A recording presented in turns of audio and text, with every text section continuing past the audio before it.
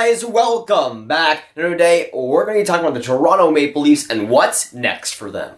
Now, the Toronto Maple Leafs have lost in the first round again. So what's next for their franchise? What moves do they make in the offseason? And do they fire Mike Babcock? Watch till the end to find out. Now, three straight years losing in the first round for the Toronto Maple Leafs. Another year going by with disappointment and a lack of progress for Toronto. Now, losing again to the Boston Bruins in Game 7, the Toronto Maple Leafs found themselves repeating the same mistakes over and over again. 3 straight years of losing in the first round, and another year of them losing in 7 games to the Boston Bruins for what seems like the 1,000th time now. But this year was looked at as a year that Toronto would finally make some progress. Not just make the playoffs and go to round 1, but go to round 2, round 3, hey, who knows, maybe even the Stanley Cup final. The progress was something that was very stressed with this year with everything that's happened. Guys like Nylander holding out, Tavares signing, Matthews getting injured. There were so many different things to happen to the Toronto Maple Leafs this season, but overall, it was still expected that they would go far in the playoffs versus the Boston Bruins, and to get past them, that was a lot of the expectations heading in. Some people said that the Boston Bruins would whoop Toronto up and down the ice, but Toronto again had those expectations and failed in the end. For me personally, I had the Toronto Maple Leafs going to the Stanley Cup final and losing versus the St. Louis Blues. I personally saw Toronto having a very good playoffs, getting past the Boston Bruins in 6 games, and then going along to beat teams like Tampa, Pittsburgh, and get all the way to the Stanley Cup final. But the team that I predicted to go that long way was not the team that we especially saw in Game 7. Now, the whole series as a whole was pretty solid for the Toronto Maple Leafs. Overall, I felt they had a pretty solid performance. But what mattered was Game 6 and Game 7, and of course, we all know what happened.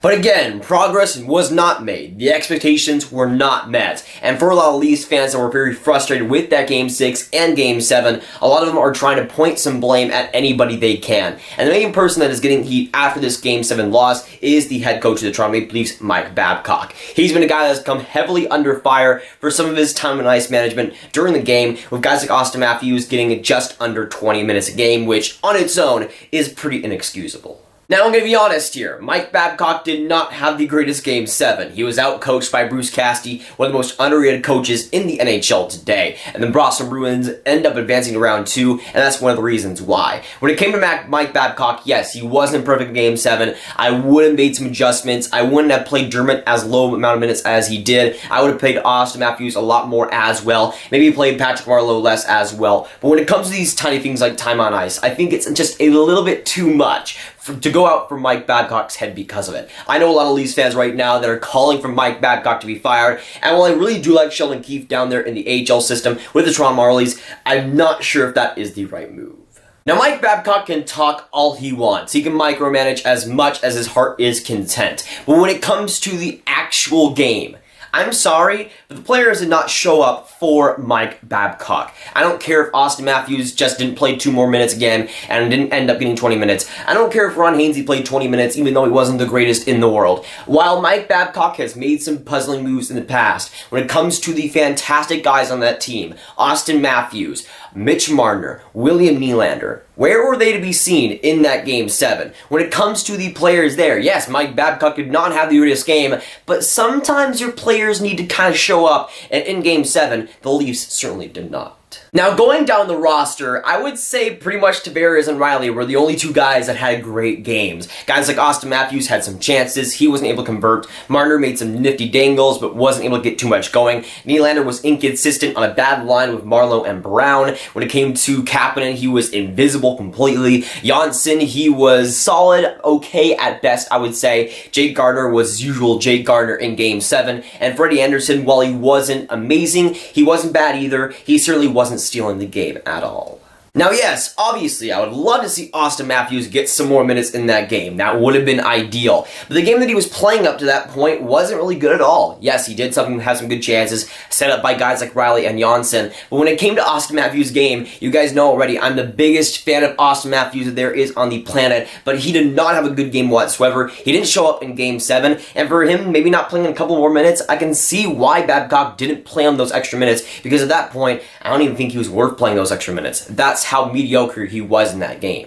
And yes, obviously, when it comes to coaches, they have a lot to do with how the game plays, how these players play, but at some point, these players actually have to show up to a Game 7. I'm sorry, when it comes to years past, they had just not shown up, and when it comes to Mike Babcock there, yes, he has a lot to do with the team itself, but I feel like the blame should be both on Mike Babcock and the players themselves, because at some point, again, these players have to actually start performing at some point, but in Game 7, in that third period, when they needed one more goal to tie it 2-2, it just was not there whatsoever from a lot of different guys. And I'm not saying to blame it solely on the players, not saying it to blame on completely Mike Babcock, but when it comes to the entire team, it should be a collective blame because that's what the Toronto Maple Leafs deserve right now.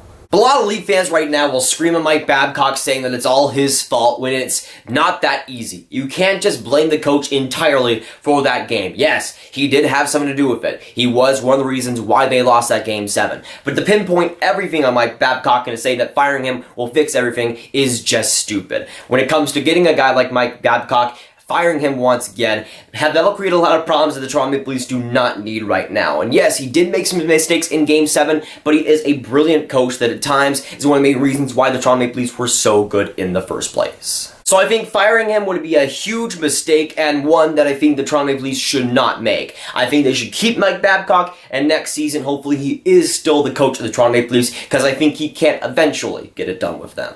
Now, even without the crazy Mike Babcock situation, Kyle Dubas, the GM of the Toronto Maple Leafs, will have a very tough offseason, and one that he'll have to make a lot of smart decisions in if the Toronto Maple Leafs want to get back to the second round. When it comes to the RFAs, there are some big ones on the table. Obviously, the biggest one being Mitch Marner. He's going to have a lot of money on the table. He could be a guy that ends up getting paid north of $10 million, and that alone is seriously huge for the Toronto Maple Leafs. The Marner situation coming up, that's going to be one that's going to be plagued with some stories throughout the offseason, and one that they'll want to get done very quickly. Next big RFA is Andreas Johnsson. He had a fantastic rookie season, really came into his own with the Toronto Maple Leafs this season. In the playoffs, he was pretty solid, had a few solid points, and was a very speedy, skillful player. He'll be a guy that I could see maybe getting a little bit of a bridge deal. I don't know if he'll eventually become a superstar, but I think he'll get about a 3-year deal. I'm feeling that will be about the sweet spot, maybe 2 to 3 years, but I'm thinking about 2.5 for him at least because he showed some excellent signs.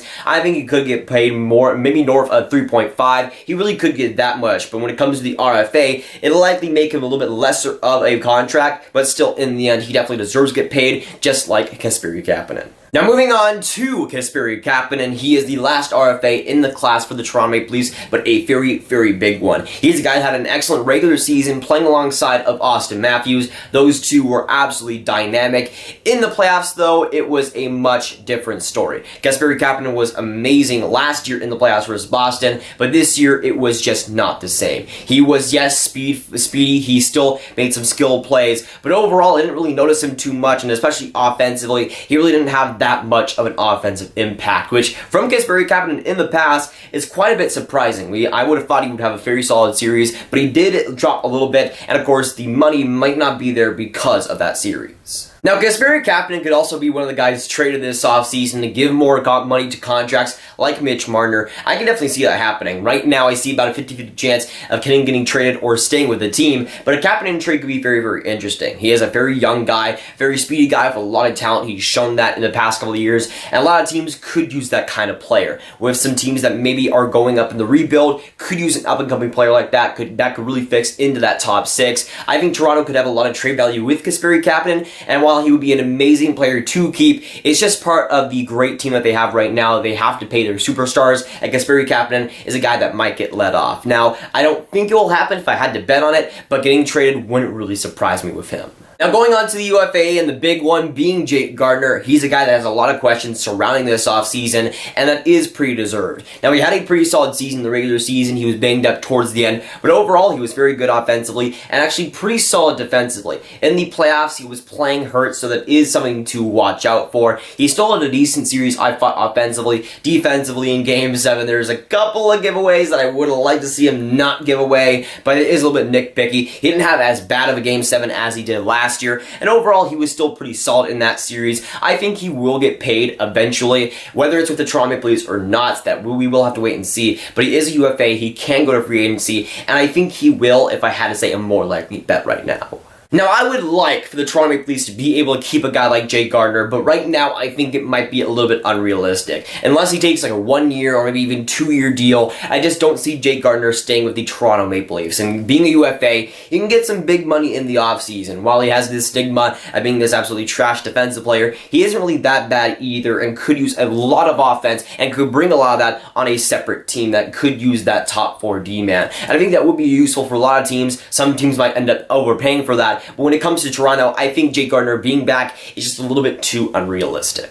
Now, with the Toronto Maple Leafs, there's also some big questions with guys on contracts right now. The big one being Nazem Kadri. He was suspended 2 straight series versus Boston Bruins, and he could be a guy that the Toronto Maple Leafs end up giving up in the offseason. Now, he had a okay season. In the regular season, he, offensively at least, was not up to par. He had a little bit of a down year. Defensively, he was still pretty solid, but the offense wasn't quite there. Going into a lesser role, being that third-line center, used to be the second-line center with Toronto before John Tavares came. He was obviously in a lesser role, but didn't play all too great in that role either. And when it came to the playoffs, you guys obviously know he went that whole situation with Jake DeBrusk and cross-checking him in the neck and getting suspended for the whole first round. And if Toronto moved on, he would be in the second round, would be playing with the team. But of course, being suspended in that first round, it is a big lesson for him, but one that he'll have to learn maybe on a different team now.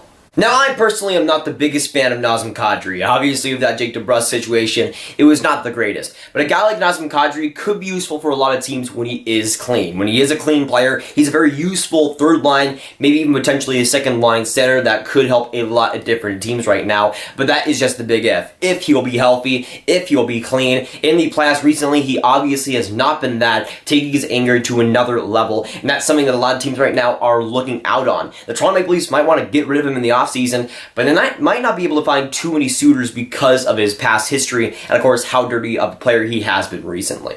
Now, the last guy I want to mention is Patrick Marleau, and he has been a huge topic of debate for the Toronto Maple Leafs and the fan base, especially this season. Now, I want to get out of the way. Patrick Marleau is a very veteran guy, very good leader, very respectful guy. Being 39 years of age, something like that, he has had a lot of experience and unfortunately has not been able to get a cup yet. Hopefully, he does end up getting it. Now, on to the real situation. With Patrick Marleau, he is not that great of a player anymore. He used to be a top 6 in the first year when he did sign with Toronto, but since then he has declined, especially offensively. We saw that in the Boston series where he wasn't able to get too much. He played a lot of minutes, but was not able to muster too much offensively when it came to chances or points. And when it came to Patrick Marleau, he was an obvious problem with the team right there, not with his character or not with his locker room character. That was obviously amazing, and the Toronto Maple Leafs love Patrick Marleau. But when it came to the on-ice performance, it just isn't there. And a guy like that being on that team, it's not the worst situation in the world, but it's one that they might want to fix in the offseason and could potentially do so.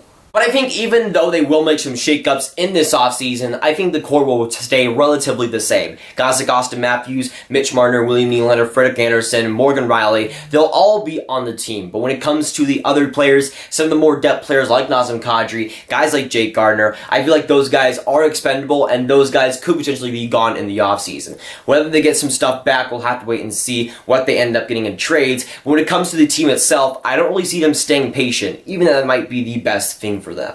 And you guys know already, in the past I have stressed patience with teams like this. With the Toronto Maple Leafs, they are young, they are talented, and one of the best up-and-coming teams in the NHL right now. With the core that they have, they should win a Stanley Cup. It's only a matter of time before they actually do so. But staying patient with this core, training some guys, getting some cap relief, and having some of the young players from the AHL system come up and play well, the patience will be key. When it comes to keeping that core together, that is the main attributes right now. That is what they should be striving for, and Mitch Marner being an RFA, that's going to be a real test in the offseason, even though it is pretty likely to get done. The Toronto Maple Leafs are still a solid team, and right now, taking that overreaction might be in their worst interest. And obviously, losing to the Boston Bruins is a pretty painful way to go out, but all good things come to those who wait. And for the Toronto Maple Leafs, if they do wait, if they stay patient with the core that they have, I think it will happen eventually. Whether it's next year, the year after that, I think sometime soon, the Toronto Maple Leafs will finally win the Stanley Cup.